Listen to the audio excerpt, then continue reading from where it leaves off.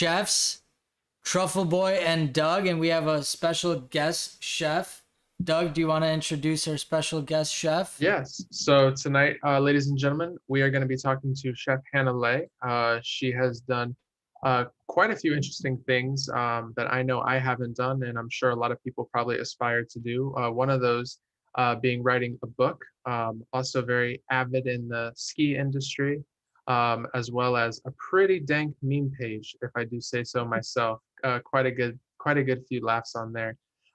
So without further ado, this is Chef Hanalei. We will be interviewing her tonight. So sit back, enjoy, and be ready for another awesome episode of Late Night with Chefs.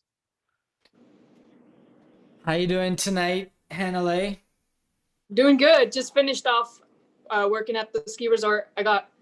We got shut down our restaurant again beginning of December. So I've been out of work for the second time this year, but I was able to find another job temporary.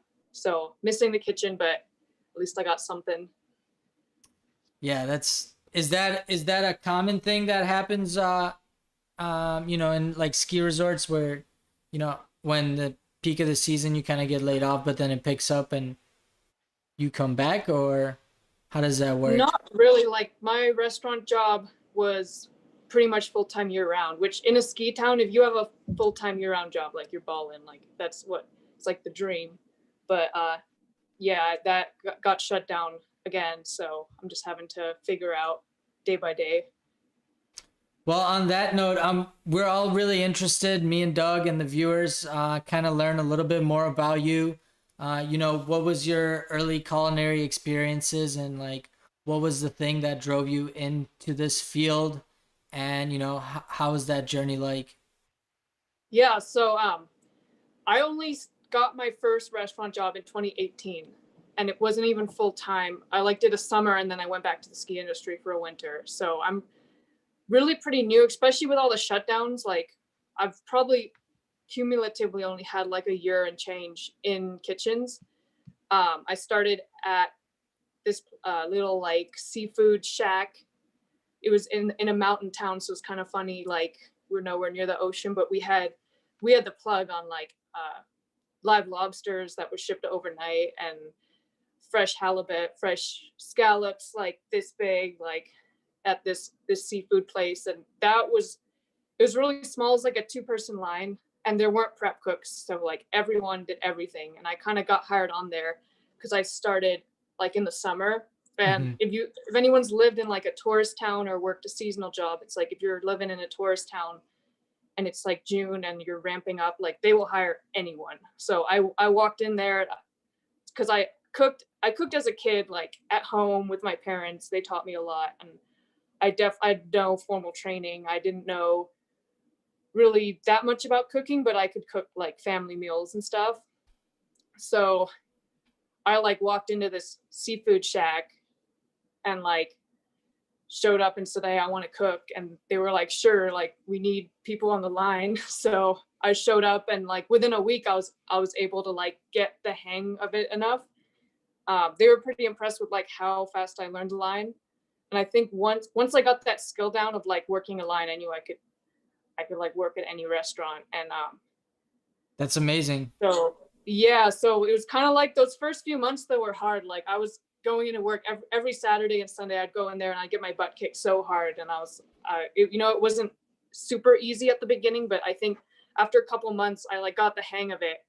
And then that winter I went back to the ski industry, and then after the winter, because that job has to come to an end in April, I needed to find another summer job, which is when I started at the restaurant where I'm currently at, which is kind of a bigger, like larger scale restaurant, kind of fancy, like I guess American cuisine, but not, we had like steak and nice pasta dishes, and we did a lot from scratch, butchered everything in-house, made pizza dough from scratch, made sauce, everything.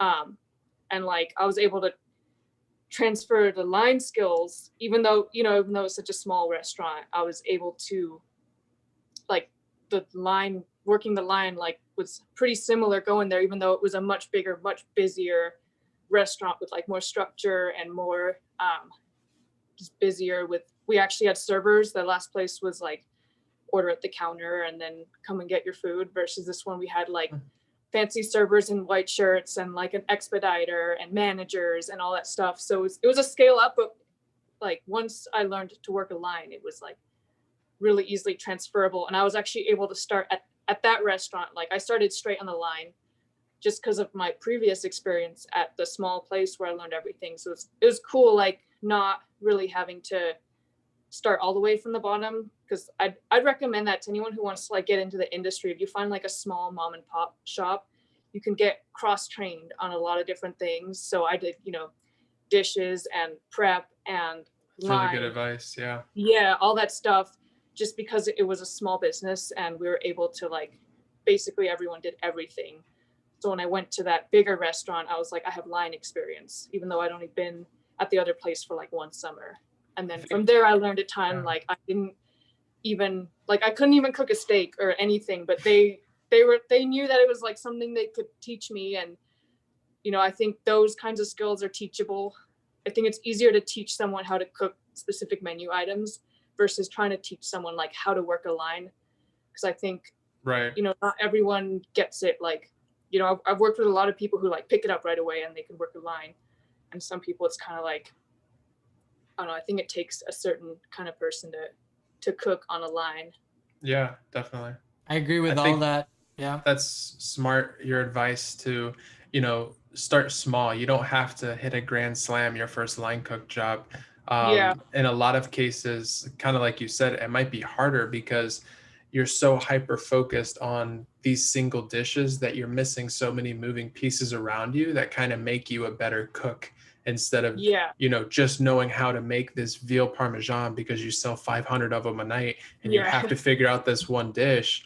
That I started in a small place, and I think you're right in the fact that you learn so many more things because there's so much more freedom to kind of dabble in a little bit of everybody's area. Yeah, exactly. Like it was nice not really having the title of like prep cook, line cook, Right, right. or whatever. So kind Saute, of walking garmo, into yeah. walking into that new job, it was kind of like, well, what experience do you have? And I was like, well, I've prepped, I've worked a line, I've worked a grill, I've worked a saute, I've worked salad, Right, like right. kind of everything. So they didn't really like put me in a box versus, Yeah. if I found a lot of fresh people with like either with zero experience or like previous specific experience are kind of like put into a box, like, oh, you worked at a pizza place, so we're going to put you a pizza, or Right. like, or they kind of start, a lot of people start dishes or prep, which I did at that first job. It's just I also did line and Yeah. all the stuff.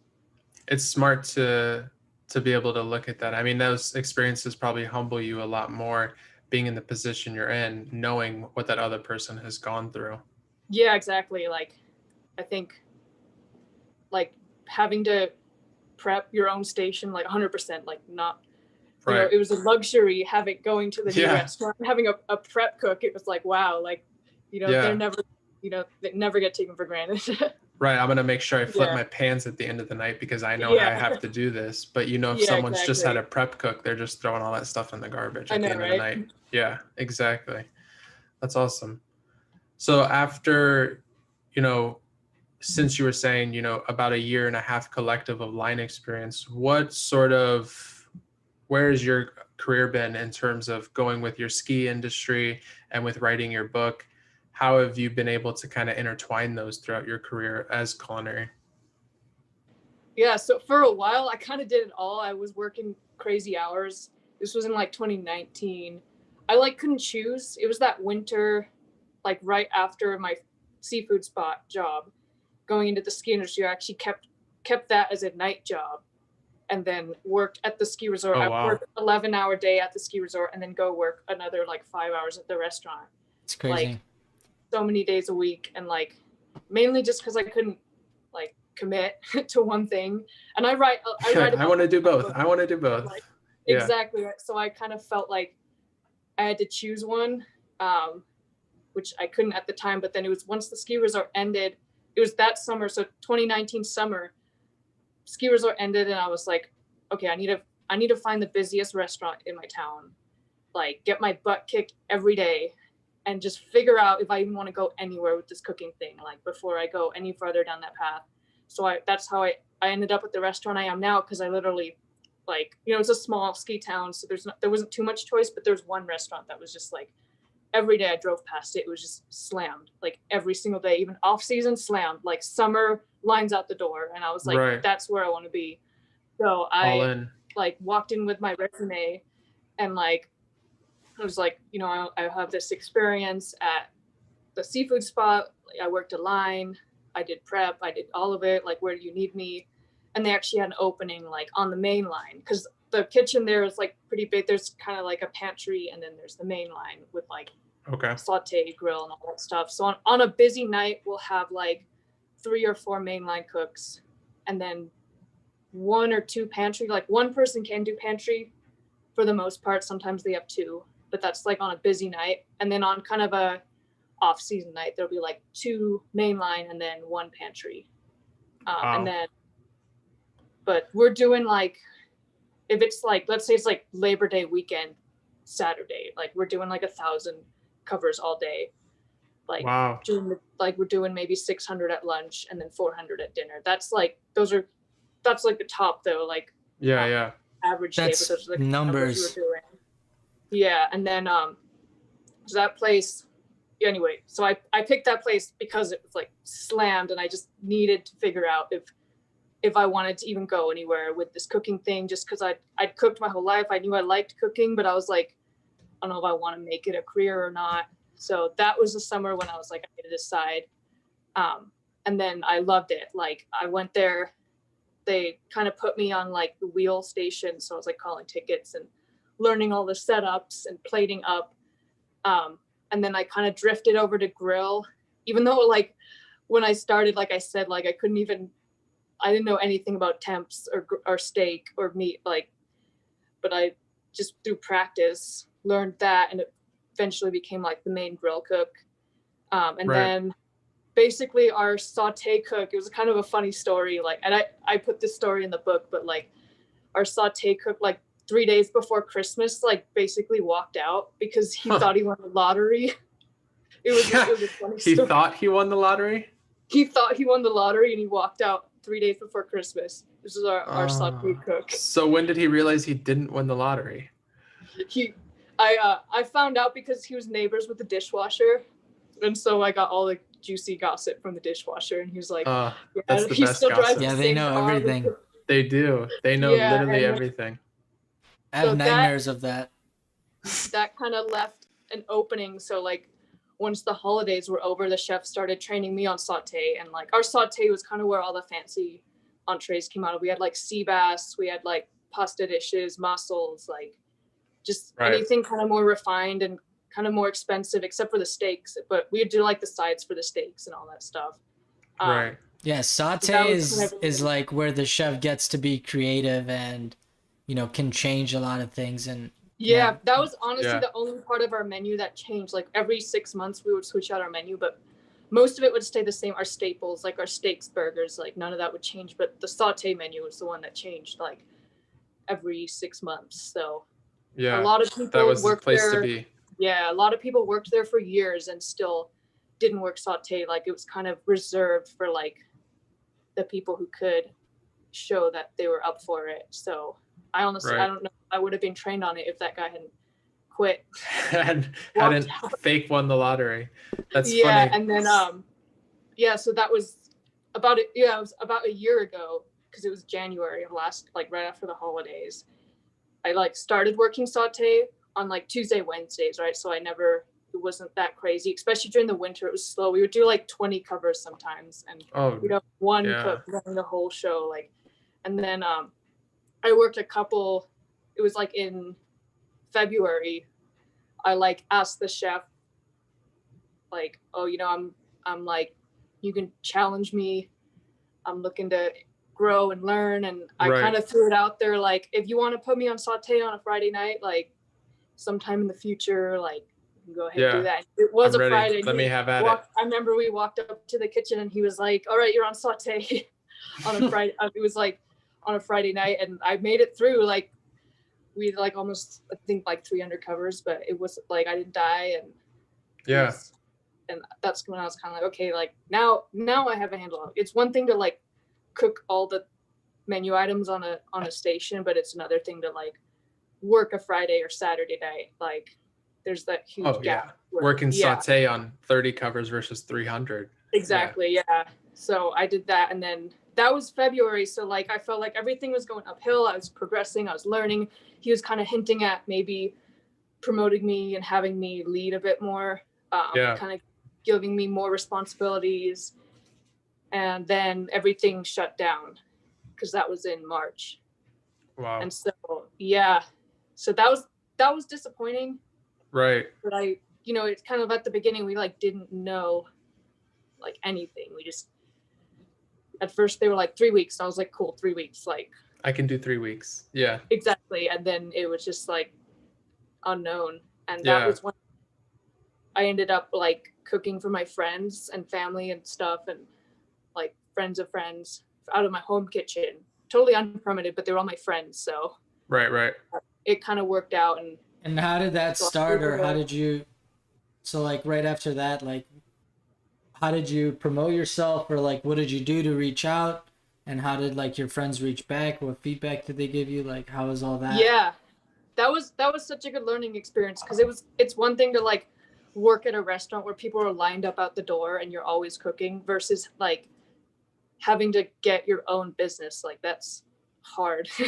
Yeah. Like and also because like I couldn't market in a traditional way because I wasn't an actual business. It's more just like, oh, like Please for help. my friends. Yeah, and exactly. basically like friends of friends, but they have to like say that they know me, Right. basically. And it was mostly through church friends, because a lot of them were moms and their kids, you know, school was canceled and they were just overwhelmed, and a lot of them were still working and they are their kids at home, and the last thing they wanted to do was cook.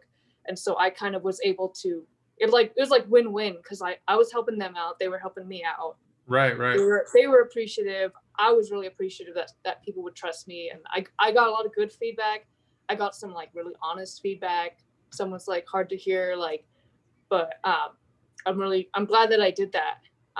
It kind of got me really thinking about starting my own business, which now after seeing like how long this whole COVID thing has dragged out, and how just like how there's a second shutdown, and how like it's next thing it's going to be COVID-20 or COVID-21. It's like I don't know anymore if I want to open a restaurant. Right. Yeah, I I've definitely had that thought, the same exact thought. Yeah, but I don't know. It's like I could go somewhere with that. That's right now I'm going to try and just get as much experience as I can at other restaurants. Like I fully plan to go back to that one once we reopen and kind of see where I can go. Because once we reopened at the very end of May, so basically June. And that was when the chef was kind of like putting me into more of like a leadership role, which is when it really which is when I guess like career really started to take off, because I was actually responsible for like other people's actions.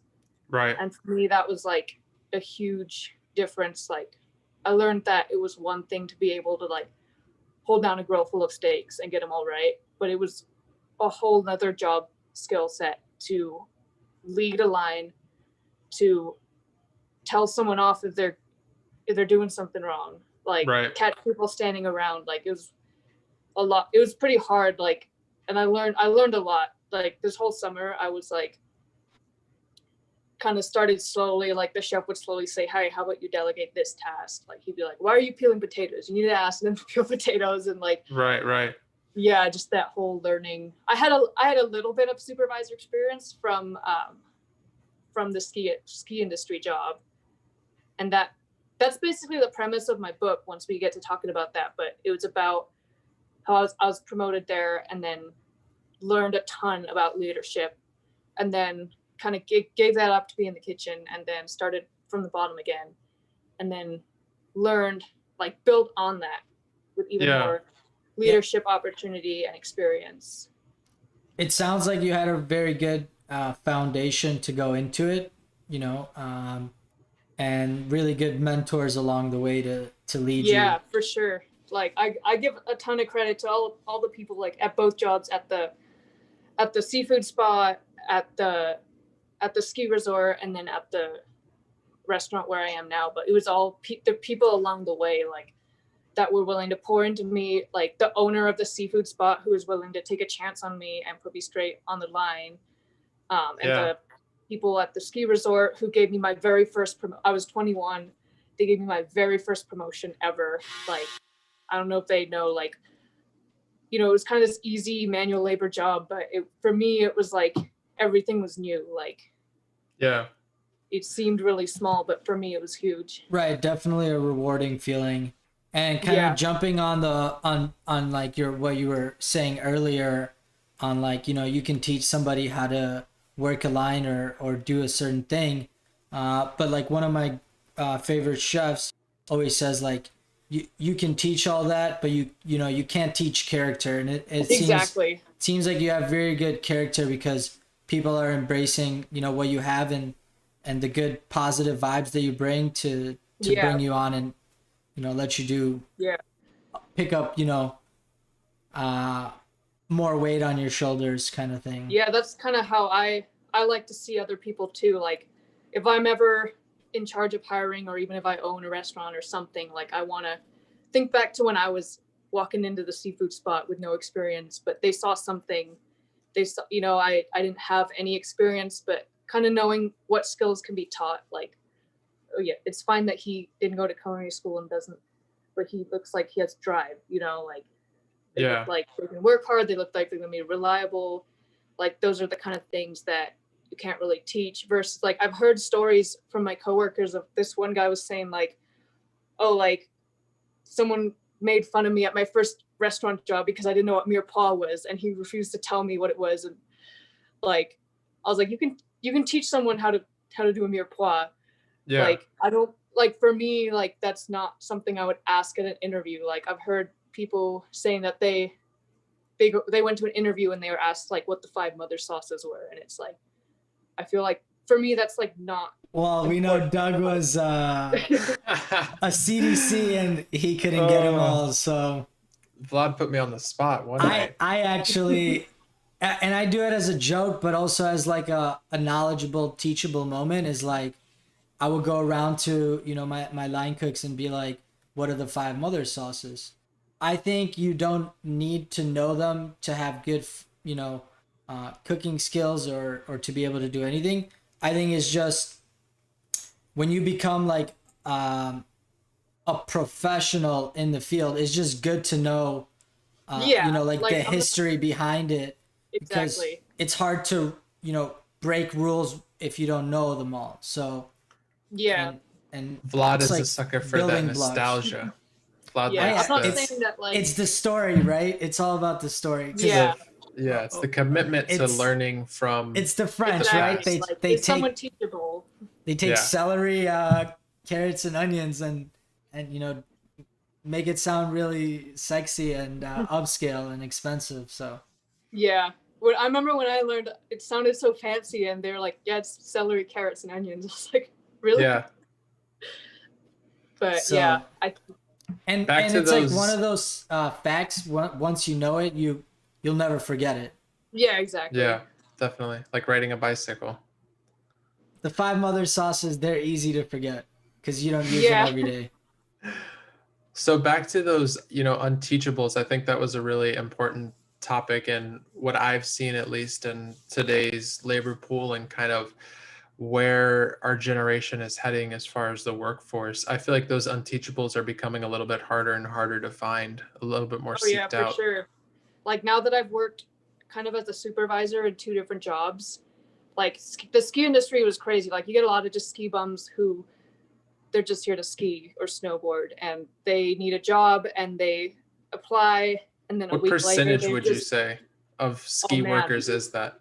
in 'Cause one season we went through like 10. Wow. Our department was like 30. Well, 30 like at one time, but there were about 10 people who kind of like revolving doored. Yeah. Are they like Either- travelers or are they like in-state, in-house? No, like, these people like applied for the job, like got a place out here, housing is another huge issue. A lot of people apply for a job and then can't find housing and then they can't even show up. Is housing super expensive? That's a separate issue. These are people. Oh yeah, it's nuts. Like Yeah.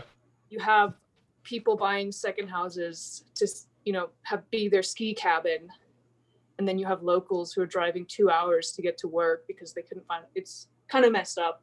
Wow. Yeah. Yeah, I was super fortunate to find this place, but it's like not everyone.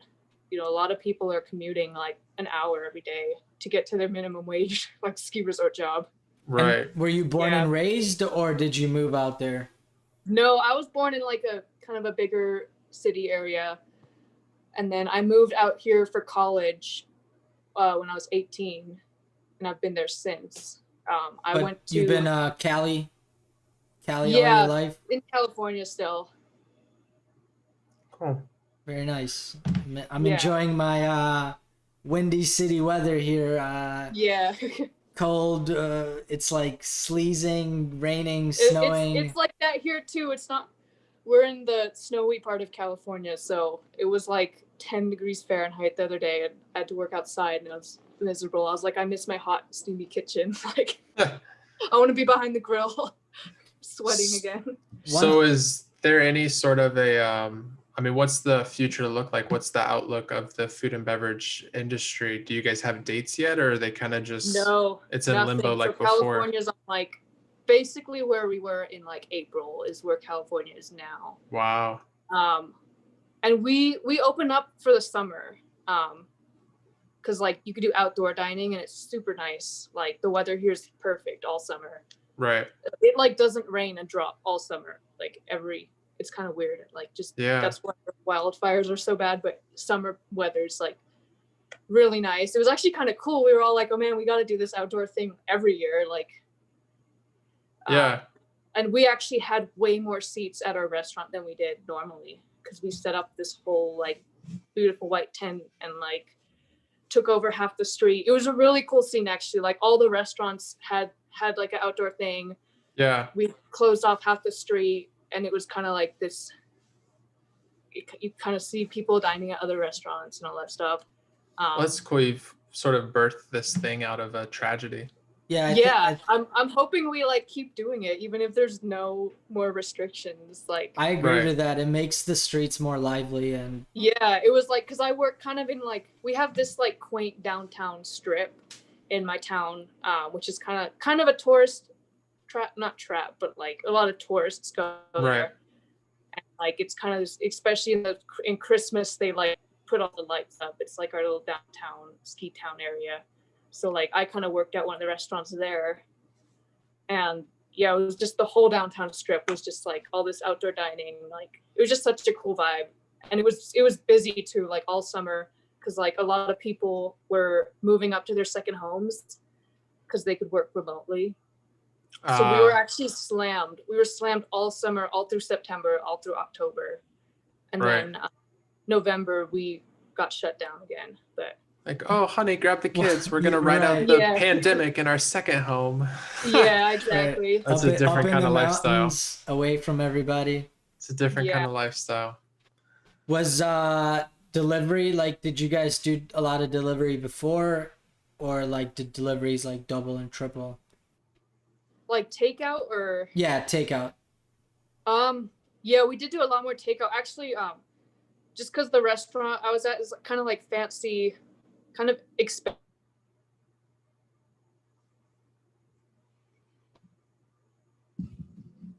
I lost you there for a second.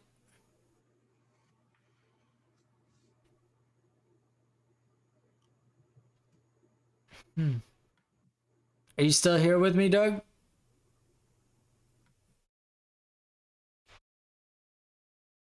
Hello?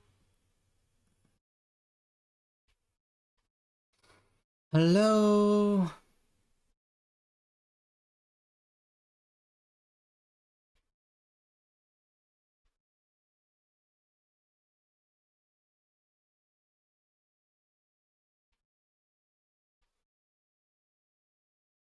How are you doing, Doug?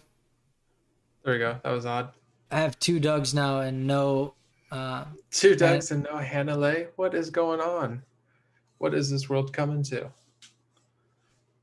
Should probably join back in. I know our connection, I don't know if my connection is being a little spotty today. When she gets back in, I'll probably turn my camera off just so it's not a distracting weird face of me like it has been the last 2 times.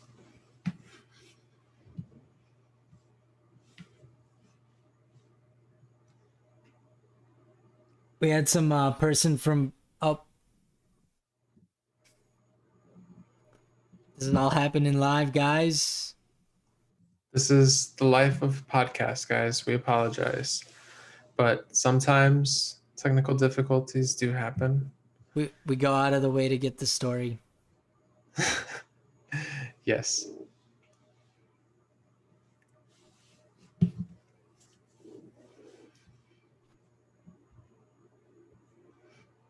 I think that's a pretty cool, back to the point about learning those unteachables in a smaller operation and then being able to scale that up into something larger. I think that's something a lot of young cooks forget, is that every restaurant is still a restaurant. Like a kitchen is still a kitchen, no matter the size. So there's still a little bit of, that, French Laundry per se, TFL, 11 Madison Park, that type of atmosphere and a little bit of those feelings. Even in your smaller hometown kitchens, it's still a kitchen, but it's these levels that you have to build on top of. That foundation is really important. I think a lot of line cooks forget about getting that foundation before they make that big leap. I agree with you 100%. I agree with you, Doug. Oh man. Let's see. Did we get kicked off of Twitch, or are we still on Twitch? We're rolling.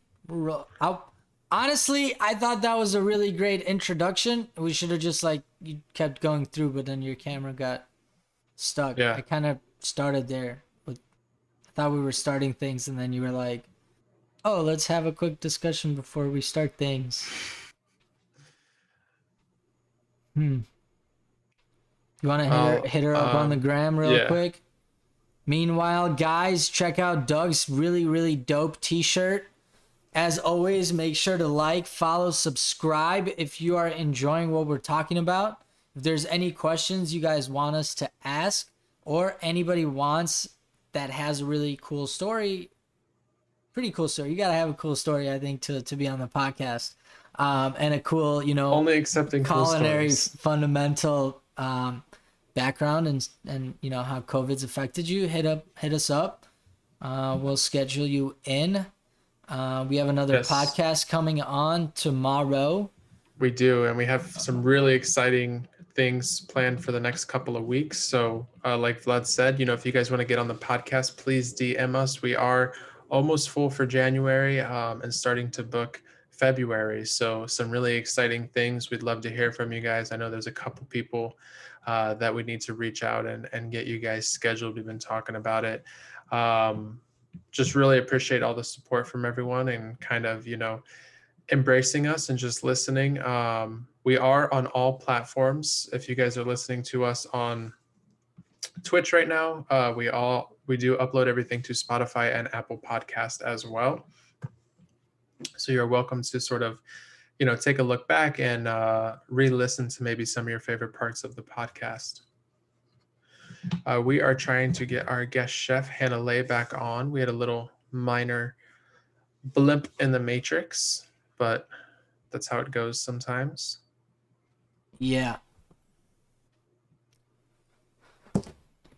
So other than that, Doug has some pretty big news. No No. big news. No big news. No, I'm just choosing a different direction. That's all. Still going to be in the food and beverage industry. We'll still be in Florida, but just taking a different direction with where I'm at. I think I might try the restaurant thing, the hotel restaurants. If you become the executive chef of that ramen spot, I'm your sous chef. I'm gonna go get some e-juice. Give me a second, Doug. Keep us entertained. I think Well, what I was about to say though, hotel restaurant chefs, completely different game than a restaurant chef. If you guys have never worked in a hotel restaurant, let me be the first to tell you that it is nothing like working in a regular restaurant. The level of dedication that hotel restaurant chefs have, the level of detail to the guests, it's it's different when you have the guests staying with you 7 days, 3 days, 4 days, even in some cases 45 days. You have the same person coming to your restaurant over and over again, day after day, night after night. It's a different level of intimacy that you get with your guests. It also requires a lot more focus from the chef, being able to go in and have the ability to keep it fresh, keep it entertaining day after day, a Hello? lot of different daily specials and that sort of thing. We just had somebody join. Really? I don't know. Do you know who that is? I don't know that Yeah. phone number, Wait. but Oh, oh, perfect. all right. It cut out. No worries. No Can you still worries. hear Hear us? me? Yeah. Yeah, I was trying to get the video back on, but it shows that I'm on the internet, but then it said no connection. But I No found worries. the phone number one, so I could try again with the on a different device or something. Yeah, Uh, let us know whatever's easier for you. yeah. Okay, this is working for now. Okay, that works. Yeah. So I think before we cut out, we were just getting to now. So you were talking California basically is in limbo right now, kind of like back to April days. Kind of, yeah. I mean, well, honestly, like, not entirely because ski resorts are open. You can fly on airplanes. It's honestly like I don't want to like get political, but it's really arbitrary. Like, Right. so but they're saying like small businesses have to close, but like there's no limits at Safeway or Walmart or even at the ski resorts. I just worked there over the holidays and it was packed. Like, and you're Mm, allowed to go inside the lodge if it's cold. mm. And like sure you got to wear a mask, but like they So can't police that many people. yeah, is Disneyland open in California, or is it I still? think so. Even I'm not sure. I'm yeah, not near it, but I know that like I don't know, ski resorts are open, air travel is allowed. You're allowed to fly from LA to anywhere else in California, like even the hot spots. Like it's honestly really like just arbitrary. Like yeah. okay, so But as basically long like as hair the little salons, mom and pop place goes under, then it's exactly okay. like Right. yeah, and a couple restaurants in my town have bit the dust like entirely because of this. That's awful. Just watching like going to a packed ski resort and going to a packed Safeway, going to a packed Walmart, and like watching driving past my work every day, seeing it Close. dark and closed. Yeah. It's just like I don't know. It's frustrating. It's Yeah. kind of political. It's like just it doesn't like at least they should try to like make it make sense. Right. Right. Exactly. Like I make mean, it about yeah. Where I'm at in Florida, I mean, the entire state of Florida has kind of just pretended this doesn't exist in a manner. I mean, we are still wide open. We have, I'm grateful for the fact that we are open because that means that I have a job, but it is definitely a little yeah. bit concerning as far as from a public health point. Especially, I live in a pretty metro area in St. Petersburg, Florida, and downtown is packed every single night. And I'm glad that my industry, my family of cooks and bartenders and hostess and expo and chefs and managers, we all have somewhere to work and we all are able to make that money for ourselves and for our families. But it's a little bit scary of a reality, especially we have this new strand that's coming out. And, is it going to be more deadly than the one we have now? Is the Moderna vaccine going to work? Is the Pfizer vaccine going to work? It's it's definitely a little bit of a whirlwind. I can only imagine, if on Sorry, top of Doug. that, I was I also know Doug's a closed. little butthurt because he lost a little bit on his My Pfizer s- My stock calls. market But options have nothing to yeah, do with this let's get bias. back into um, you know, more about Hanalei's story, and I'm really excited to hear about the book that you're writing. Kind of in editing, I guess. So the goal is to have it. I'm taking pre-orders, and I'm probably gonna have it out by spring. Now, is this your Hopefully, I can get a date soon. first book you're ever releasing to the public? Yeah, this is the first. This is all new to me. Like I'm self-publishing, kind of learning for the first time all that, just how to get it, printed, how to sell it. So Well, I would yeah, my actually first love. book. I think me and Doug and all the viewers would love to hear about what's the process, and what drove you into that passion to write this book, and how's been your journey figuring all this stuff out, from like logistical aspect and publishing and all of that, because I think we're all pretty interested, and I know me and Doug sometime in the future would like to write a cookbook, so that would definitely come in handy for anybody wanting to publish any books. Yeah, for sure. So I'm still like in the middle of it. So anything I kind of give as advice is kind of like I'm still going through it myself, but there's definitely a lot of resources that helped me. So kind of going way back, I've been writing. It's kind of like in ninth grade, I think was the first time, in public school, in English class, we had to write like a memoir, like a short one. It was like an essay length. It wasn't even a book, but it was just like writing about something from your life. And I enjoyed that a lot more than the standard like 5-paragraph essay or whatever. I actually Right.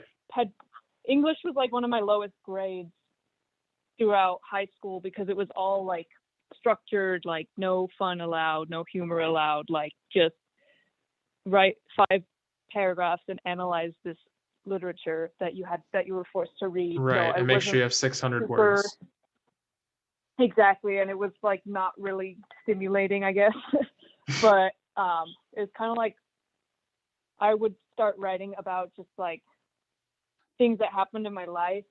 Like at first it was snowboarding because I started snowboarding when I was like 13 or 14, and like I loved it so much I like wrote about it, and that's when I started my blog, which is called Writer, which is the website that I'm using to sell my book. But like I started that 5 years ago just because I wanted to write just about snowboarding and about my life and just talk, kind of like almost work things through, because I was like maybe 18 when I started that blog. So, it's an age where you're just like trying to figure stuff out. Yeah. For me, like writing was kind of how I did that. And so that was like 5 years ago.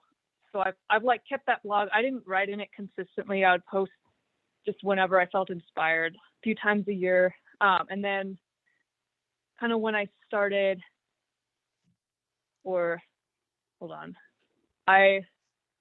so writing there for a bit, and I had that ski resort job. So the title of my book is Nice Work Boys, because that's something that is said to me a lot while I'm at work at both of the industries I was in, both in the kitchen and at the ski resort. And the title was inspired, like it was shouted at me from the chairlift while I was at work. And that's kind of when I first had the idea for a book, because that job was my first promotion ever. The workplace was 30 men and me, like one woman, and I was promoted to be a supervisor in that department. And it was just such a learning experience, like such an interesting season. I also I went through like 2 injuries. I was basically bullied by this one guy, and like just went through a ton of stuff in only a few short months. And like Right. obviously, and like I said, I worked through some of that by writing about it. And so I like started, and that was kind of my first time I ever thought like, what if I wrote a book? And I kind of like started, but I was like, this isn't going to be long enough. Like, there's no way this is ever going to be a book. So I just kind of like left it.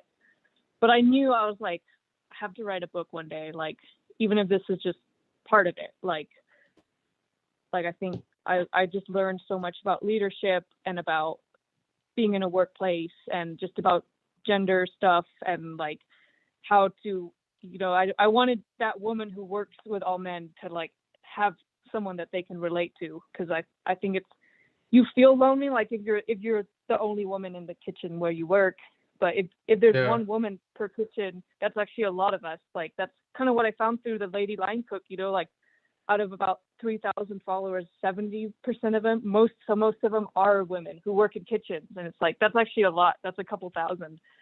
Like it's just sometimes we feel isolated because we're the right now I'm the one per one kitchen. of the only ones. Yeah, but I'm like one per kitchen. That's actually in the world. That's actually a lot. Like that's thousands of us. So yeah, I knew I wanted to get that story out there. The one about being in the ski industry, just because it was just such an interesting time of my life, and I learned so much and like went through so much. And then it was after that when I started cooking, and that was the summer where I like found my place in the kitchen at that busy restaurant. Like, and I actually wrote a blog post about it. It was a really long blog post, so like no one really read it because it was like too long to be a blog post, but too short to be a book. So I didn't really know what to do with that piece that I wrote.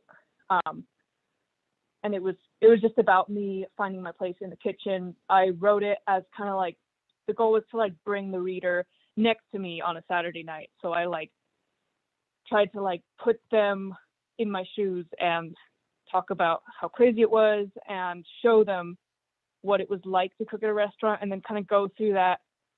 And then at the end of it, I was like, and then I found my place, and it's in the kitchen. And so that was kind of the main thing that I was writing last year. And then, through that winter, and then the shutdown, and then coming back this past summer when I got promoted and I started leading, and I was able to like draw those parallels between the ski resort job and the restaurant kitchen, because it was basically the same gender demographic. I just got a promotion, like I was leading and I was learning a ton, and that's when I first thought like, oh, like, so this can be what the book is about. Like I can include that story from the ski industry, but I can kind of like build on it, and talk even more about leadership, about what it's like being the only woman in all these situations, and then just kind of the story of how that unfolded. And a big part of my book is like all the people I met along the way. Like I met some really cool people, like, and I try to really like do them justice for like, the role that they played. Yeah, the role that they played and then, in teaching you these lessons. Yeah, I think like and then when one of my favorite motivational speaker, Gary Vee, would say, enjoy the journey, and it really sounds like you've been enjoying the journey and kind of jotting all your thoughts and perspectives and your experiences as you're living them. Like there were pages of my book that were written at 2 a.m. after a Saturday night service, like while I'm eating ice cream for dinner and trying to figure out what just happened. Like there are parts that were literally like, obviously they were edited and since then, but like that was kind of like there was this one Friday night I got my butt kicked so hard I just went home and like wrote about how hard I got my butt kicked. And then that ended up being part of the book. And that's, I write with a lot of detail, and I'm sure people are like, how do you remember all that? I'm like, because I wrote it like an hour after it happened. Like sometimes, and if I'm not, sometimes I'll like take my phone out and write down a funny quote that someone said. Like that's kind of how I'm able to write with such detail. It's not necessarily like I like remember everything. It's more just like writing it down. That would be my biggest tip to like anyone who wants to write. Like when I read someone's story, I want specifics. Like I want to feel like I'm next to you wherever you are. Like I want to meet the people. I want to see descriptions of them. I want quotes. Like I feel like I read a lot of stories that are just kind of like telling you what's happened rather than showing you. That's right, that like character development. Yeah, that's like a big thing for writers, like showing and not telling.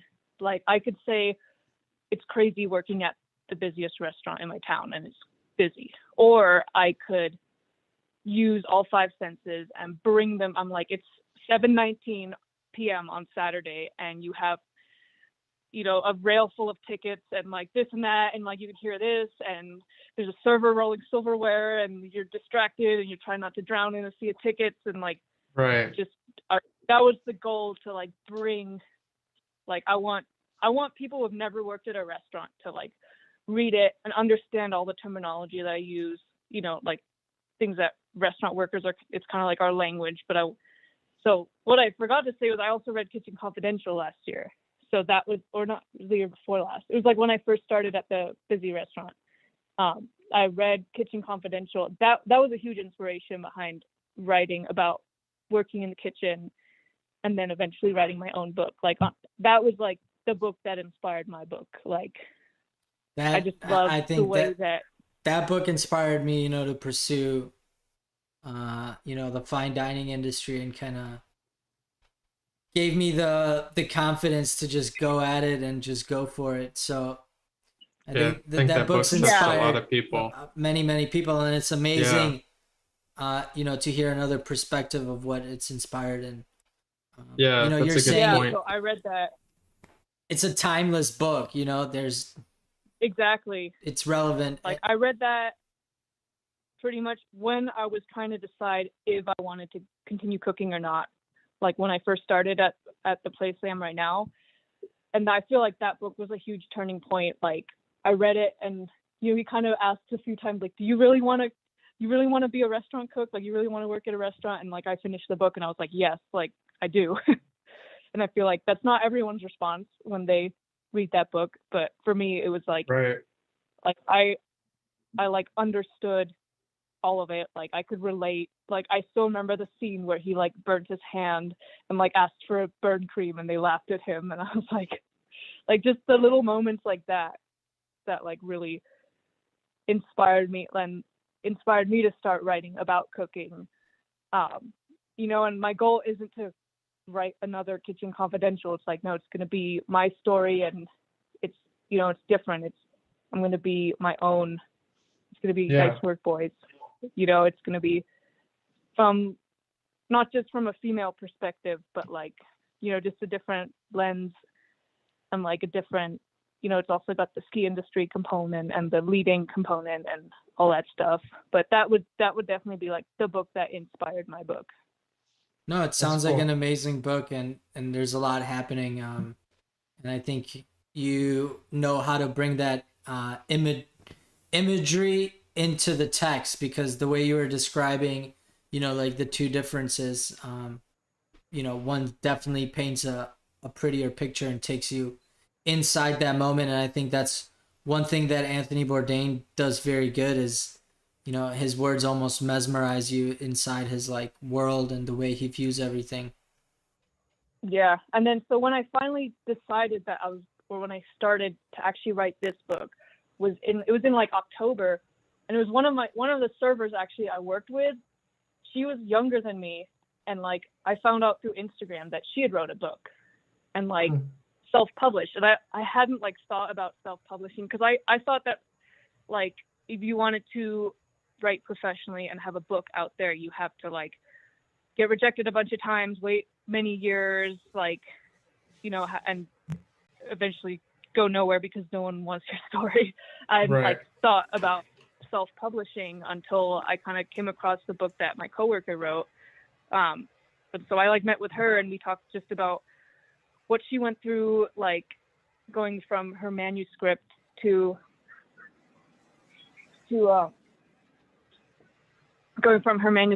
eventually a printed book, like all self-published. So that was kind of the route that I didn't go down like exactly the same route as she did, but it kind of like, that was when I started to write this book. And I didn't know where it would go or if it would even be long enough, but I just sat down. I spent like 2 weeks on that first draft. And then like next thing I knew, I was at like 35,000 words, which to be a novel, it has to be like 40,000. So I was like, okay, like this actually is book length. Like I can actually, because when I first sat down and started, I was like, I don't know what this is going to be. Like maybe I don't have a book. Like that sounds daunting. For me, it was just sitting down and it did seem daunting to kind of be like, like at first I didn't even call it a book. Like I was just like, I'm writing a thing. I don't know where it's going. But next thing I knew, it was like book length. It's awesome. No, that's Yeah, very inspiring to, it shows like you have a lot of self-determination, and you can motivate and push yourself, and that's amazing to see, you starting this journey and learning about things, and things kind of connect, and you're able to take an idea that you didn't know where to take, and now you know where to take it, and not only that, but how to make it a sellable product, and let your viewers and people who are like-minded read your story and be inspired by it. Yeah, I'd say for anyone who like wants to go down that path, even if you have something written or not, if you just want to look at like self-publishing stuff, you just search. There's a bunch of different companies that do it. I know like Amazon actually does it. I'm not really going through Amazon, just I don't feel like giving Amazon a ton of money every time I sell a book.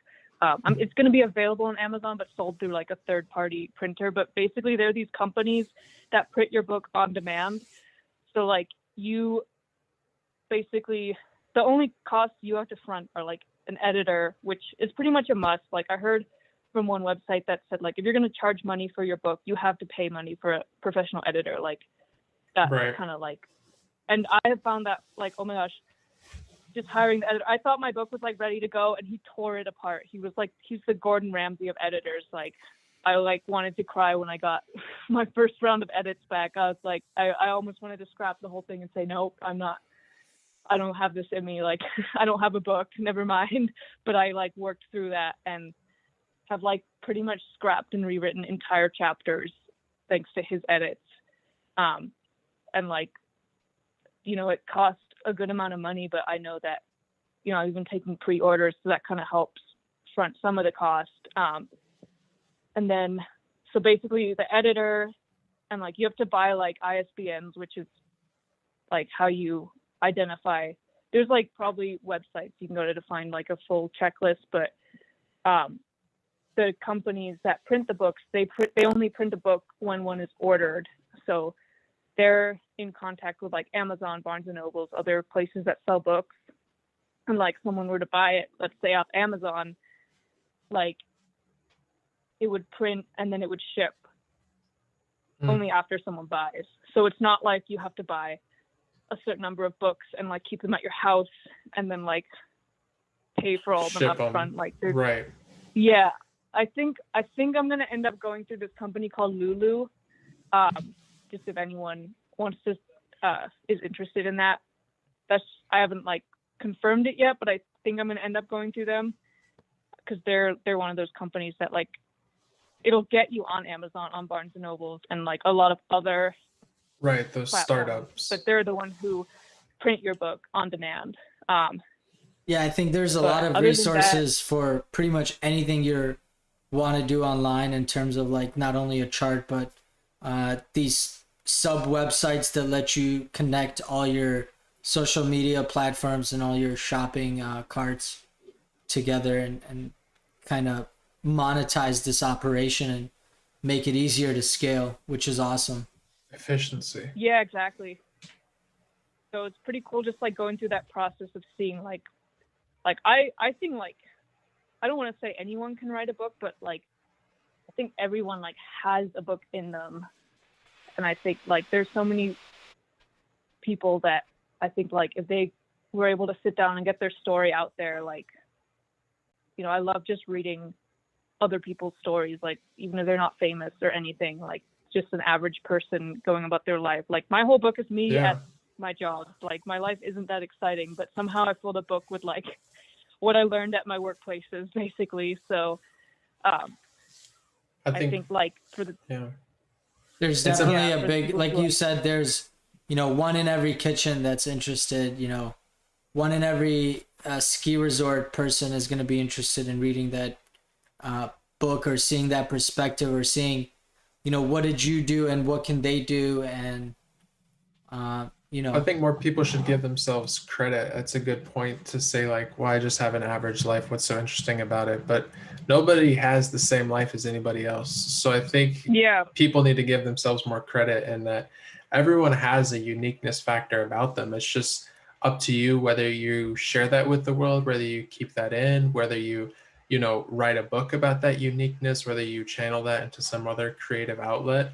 But I think that's a really good point that you made there, Hanalei, is like everyone should realize that we all have this, story within ourselves, and people will find it interesting just because it's somebody else's story. Nobody else shares the same yeah, story. exactly. Like, um, what was I gonna say? So that's kind of like what my editor told me. Like, I basically, my first introduction to the book that I wrote basically said that like I'm way too young to write a memoir and I have no business doing this. Because when I think of a memoir, I think of someone who's like had a lot of life 60. experience. They're Yeah. a lot older than me. Have been through crazy stuff and like really interesting things happen in their lives. Like that's kind of what I think of when I'm like, oh, someone writing a memoir about their life. And my editor was basically like, this is your life. You're the most qualified person to write about it. Like, of course you're qualified. Like, it doesn't matter how old you are or Yeah. like you're writing your story. And I think that's a big thing, that it doesn't matter how old you are in any industry, as long as, you're bringing that hustle and drive and learning as you go, and, keep persevering, and, uh, seeing that light at the end of the tunnel. And I think a lot of people are scared of like that journey, and I think people should embrace it more. And I think you've definitely done that and showcased that, today, and through our talk and through all your experiences, and definitely showed a great deal of character, and shows like you have a really good foundation and great mentors. And it's been awesome learning about your journey, and kind of how everything kind of unraveled, and um, came full circle. And it's really inspiring, especially that you're writing a book and you're diving deep in research and learning about all this stuff, and taking the right steps to get it done. Yeah, for sure. Thank you. It's all like learning as I go. Like, and there are a lot of people asking me now, like a lot of people on social media, like, hey, I want to do a book. Do you have any advice? And I'm like, I haven't even finished. Once I figure it out, I'll let you mine. I'm know. still in the middle. Like, well, I kind of tell them like, this is what I've come across so far, but I'll let you know if it works out for me. I think that's me and Vlad. We're just kind of trying to figure it out as well. I think most people are. And that was kind of the whole premise of the book too, was like I was thrown into this leadership job and I knew nothing, and it was just kind of me figuring stuff out as I went. Yeah, Vlad seduced me with VUCA Rays, and now we're here. Yeah. Well, Chef Hanalei, we really, really appreciate you coming on. Before we go, I know that you wanted to talk a little bit about your Lady Line Cooks channel as well. Is there anything that you wanted our viewers to know about that?